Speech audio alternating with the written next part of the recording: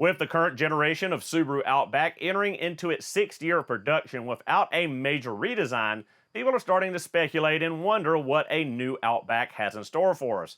Well, we have been blessed this week with spy photos, finally, of the new 2026 Subaru Outback redesign. Via they're dressed in camouflage. But we've got those photos to take a look at today and do some speculation and, just flat out guessing as to what could be lurking under that camouflage, what the new Outback could look like, and what could be in store for us as far as powertrain under the hood. With that said, let's go ahead and jump into today's video.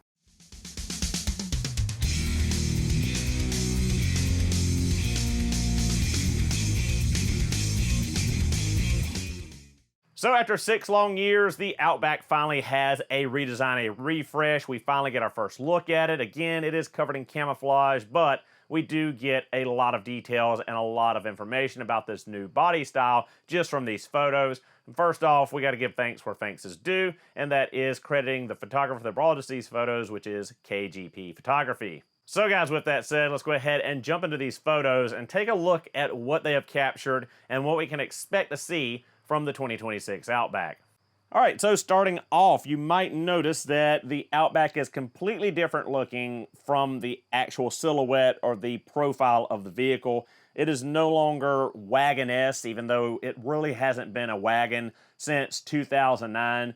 2010 is when they beefed up the body, made it a bigger car, and it was more of a crossover than a station wagon as it started out life. But looking at this new 2026, we see it looks to be a lot taller and more squared off in the back. It looks more like an SUV, more like a Toyota 4Runner or something along that category. Now, it also looks like this has 18-inch wheels on it compared to 17s or 16-inch wheels, so it looks like they are going to utilize a bigger wheel and tire package on this vehicle, probably as the base wheel, but we don't know anything as far as trim levels or what we can expect for that. Again, looking at the side profile, we can see that these wheel wells are more squared off and notchy, similar to the redesign on the WRX. We can expect to see a lot of plastic cladding at the bottom, or the return of more plastic cladding, so to say, as Outback started off as a two-tone vehicle, a two-tone station wagon, and then started adding the plastic cladding around 2010. Small at first, bigger as we went to the 15 model, but it looks like that this is going to be a much more beefier applique of plastic down at the bottom. But again, it's to be determined because we don't really know. Right here at the side profile, once again, the front and back bumper overhang is pretty massive, at least compared to Outbacks of the prior generation, and especially the Wilderness models. As we know, the Wilderness models, that was one big thing that they changed on the Wilderness. They chopped down those front and rear bumpers and made more of an attack angle on them for off-roading. And this looks like more of a mommy mobile mall parking lot crawler than an off-roading machine. So we can pretty much speculate that there is no Wilderness model in this lineup as far as what we're seeing as far as the camo cars. But we might see a complete different redesign of this body style for the Wilderness model to shrink up and shorten up that front and rear fascia and get a more aggressive angle on it, so we have more clearance for going off-road with it, like Subarus were really meant to do. Now, looking at the back of the car, again, we see it's more squared off, more boxy. It kind of reminds us of the Subaru Forester, because the Forester's always kind of been a big old box on wheels, but it is longer. It is, Outback-esque. Looking, though, here at the side profile, we can kind of see the side skirt down the side here, and we can see that there is that plastic molding there, and we can see it up in the wheel arches and the bottom of the rear bumper cover. We also look above the fender, and above the fender at the front and the wheel well at the back, and in the door, it looks like there's going to be a crease down the body line. It looks like there's going to be an indentation right under the door handles on the front and rear door that's kind of in line with the rear wheel well top, but looks like the front fender will sit higher. It might just be the angle of this photo. Looking at the back, it appears we're going to get a cell panel right below the wiper blade. So probably black plastic there, or maybe a full-length tail light across the back, similar to the earlier Outbacks. Hard to say. Again, with this camouflage on here, it's really hard to pick out what is what. So as far as the power plant is concerned, we can look back here and we can see that there is a single exhaust coming out on the driver's side. So likely this is going to be a smaller displacement engine, or we'll probably keep with the same 2.5 liter naturally aspirated. I'm sure there'll probably be an XT turbo model or a more powerful model option, and there will probably be, again, that hybrid introduction for the Outback. Now we know that this year model we plan to get a hybrid Forester for 2026 model year, releasing at the end of 2025, brought over from the Japanese and UK market to go along with the current Crosstrek hybrid. So Subaru will be adding more hybrids into the lineup, with the Crosstrek as we have right now, adding the Forester at the end of 2025 model for 2026 model year, and likely adding it to the Outback as well. Again, there is no more shared chassis with the Legacy. The Legacy is dead. They are going just the SUV route with the Outback and, of course, the Ascent and Forester. So looking at the front of the car now, we see there's a bigger grille, a much bigger grille. A lot of car companies have gone to this big, massive honking grille in the front, and we see it is split. There's an upper and lower. Currently, the Subaru has that split grille. They've had that split grille design for a while. It's just gotten much bigger top and bottom as we've gone along. Looking at the headlights, it's hard to make it out, but it looks like we have a split headlight design. This might be some trickery with the camouflage vinyl coating, but it really does look like they've broken that headlight up into two pieces, similar to the Jeep, I believe it was the Jeep Cherokee, and I think the Kia is doing that on the Soul and some other models. I really do not like this as a design standpoint. I do not like the split level headlights. I really don't. But it looks like we've got 1, 2, 3 LED projectors or modules in here. We have that C LED light that Subaru has been using for quite a while now. We got the turn signal up the side, but it does definitely look like there's some kind of parting line and differentiation between that and either a high beam or a low beam halogen. Looks like here. It doesn't look like there's a projector in there, but again, bad pictures, bad angles, bad lighting, and of course the camouflage on it.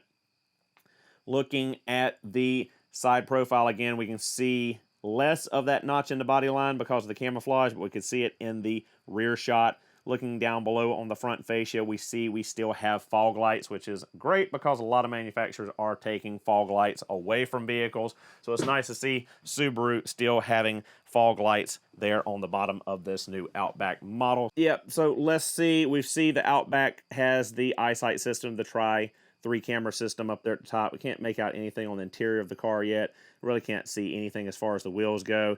We got a better shot of the wheels here without the tape on them, but it kind of looks like a set of Forester wheels. Likely these are not the production wheels that will be on this car. These are probably just a set of mule wheels that are painted black just for this test car to ride around on. Again, from this side profile, we can see that body crease there under the door handles. And we can see more again, haven't touched on this, but the squared off back window. Now, this isn't really like a flat back on the hatch. We still have an angle to the back glass, so it's not flat up and down like a 4Runner or a more boxy style SUV. It does still have some slope to it, but that back window no longer has that little swooping C-notch in it that the Outback has had, more wagonette. It's more squared off than it has been in any other Forester or any other Outback. I say Forester because this thing really does look like a Forester from some angles. But again, we see those really straight line, squared off wheel wells, and we can see that there is a vent there in that fender, the front fender, around the wheel well, similar to the new WRX. What else can we tell? Let's check another picture, another angle. So again, you can see that side mirror, side window at the back, in front of that, between the hatch and the back door, more squared off. Looks like our tail light's going to wrap around quite a bit on the side, kind of like how Toyota did for a while. They had those elongated headlights and tail lights that kind of reached around the sides of the car. Roof rack, roof rails. We've had those on Subarus and Outbacks for a while. Looks like we've got two different test cars because this one has camouflage on the side mirrors, and this one here has black side mirrors, piano black. So 2 different test mules. I'm sure they got several that are out running around. Looking at the back, we see that there's a tow hitch on this one. Now this one's showing a dual exhaust setup, as you can see. We're noticing that now. So this one has dual exhaust, where the other car that we had the back of had only singular exhaust. So maybe we have an XT model here, and maybe we have a standard 2.5 liter or 2 liter if they decide to shrink the engine size on the naturally aspirated. So it looks like we have 2 different versions out testing right now. Not really seeing much difference looking at the 2, other than looks like the body cladding here at the bottom of the door is much taller and much more protruding on this model with the dual exhaust. So this might be a Wilderness, or it might be an XT, or some new addition to the lineup that we haven't seen. But you can see right here that that is much taller and much more protruding on the door bottoms than this model. So that body cladding is definitely different between this one with the singular exhaust and this one with the dual exhaust. Looking again at the front here, the front and driver side profile of it, nothing really sticking out as different or more noticeable in this than any of the other pictures.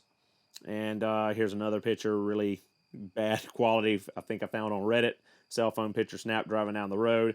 Nothing really else coming from that. I did find this picture on Reddit that a user, I cannot remember their name. If I find it, I will put it on the screen. They trying to traced out the body lines and colorized it over the camouflage of what this car could look like. And as you can see, it's a lot more squared off and a lot more chunky looking than an Outback of the past. It's more of a quote-unquote true SUV than a crossover station wagon-esque body. So that's about all we can get out of these spy photos without going through and photoshopping over some kind of solid colors and trying to tweak it out, but I'm not that good at Photoshop, so won't be messing with that.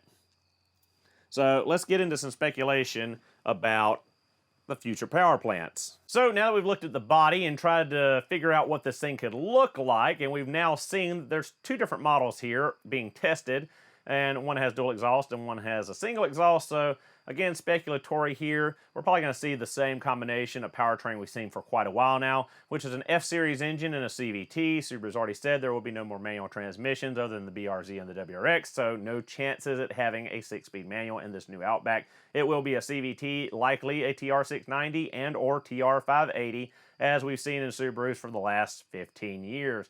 I doubt they're going to introduce a new CVT or a fully redesigned lineartronic, because the 690 and the 580 are doing really well for them so far.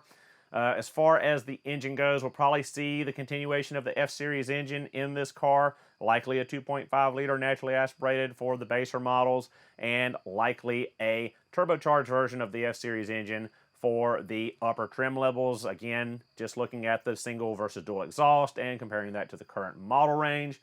Now, again, there has been talk of hybridization for the Outback, and we don't know what that will entail as far as displacement of the gasoline engine, power of the motors,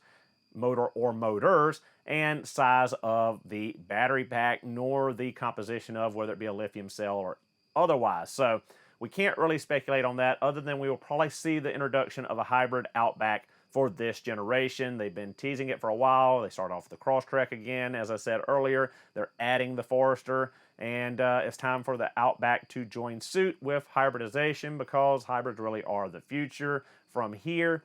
And Toyota's so big into hybrid technology and sharing that with Subaru with their 20% stake in the company that it'd be foolish for Subaru not to use Toyota and use that hybrid technology that they helped pioneer for so long and kind of perfect, and use it in the Outback model as well, one of their best-selling models.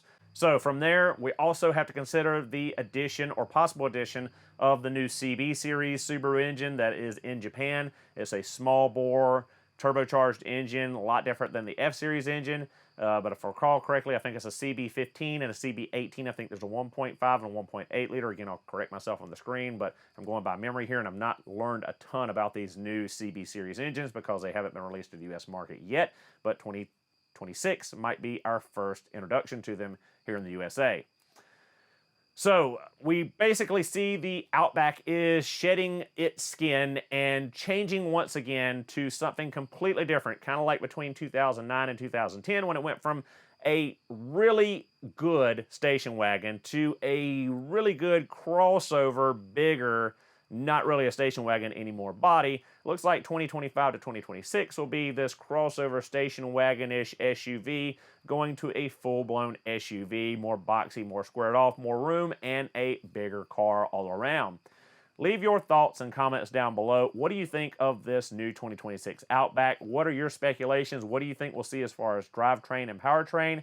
What do you think as far as models? Will we see the continuation of the Wilderness and the other models brought over from the current generation, or we see a whole new lineup of models and trims added to the Outback name?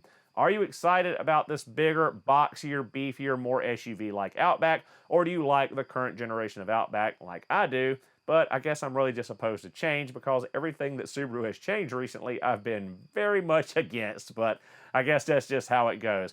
Thank you guys so much for watching. Hope you enjoyed the video. Be sure to like, comment, and subscribe for more Subaru content in the future, and I'll see you guys in the next one.